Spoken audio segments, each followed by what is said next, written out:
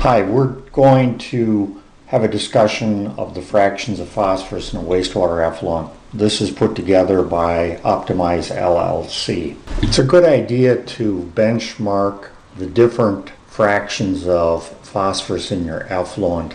And the reason it is so that you can analyze your effluent for the different fractions or the amount that you have in each fraction and determine what are the best options for treatment, because each fraction requires a different form of treatment. Also, when you're doing a study to discover the fractions of phosphorus in your effluent, it's a good idea at least to do this testing 3 times. The more is better to a point. The more information you have, the better your data is going to be. It's also a good idea to have an LOD of at least 0.01 milligrams per liter of phosphorus, if at all possible lower than that. Here are the 3 main fractions of phosphorus that we're going to be looking at in the effluent. Phosphorus associated with the TSS, that's the maroon, the dissolved non-reactive phosphorus in the yellow, and the dissolved orthophosphorus or orthophosphate as P in the green. Again, there are the 3 fractions: the P that's associated with TSS, the dissolved non-reactive, and the dissolved orthophosphate as P, which is the same thing as dissolved ortho P as P or dissolved reactive phosphorus as P.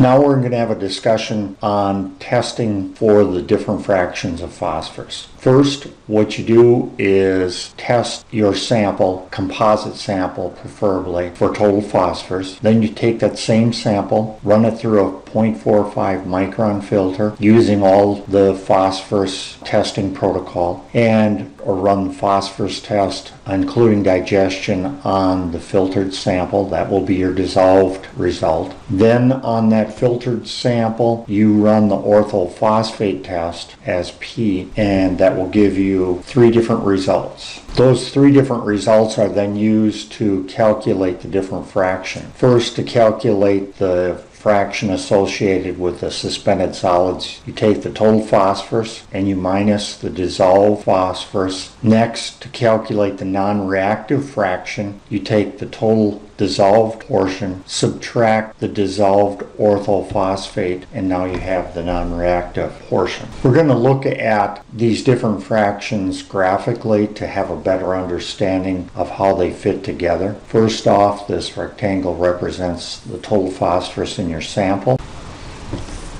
That total phosphorus is made up of phosphorus associated with TSS, or the phosphorus in the solids.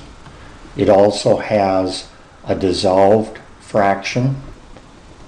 These together make up total phosphorus. Next, the dissolved fraction has 2 sections or fractions in it: the dissolved orthophosphate as P and also the dissolved non-reactive phosphorus. Together they make up the dissolved portion of the phosphorus in your effluent, and together all 3 of these make up total phosphorus. That's it, and thank you very much.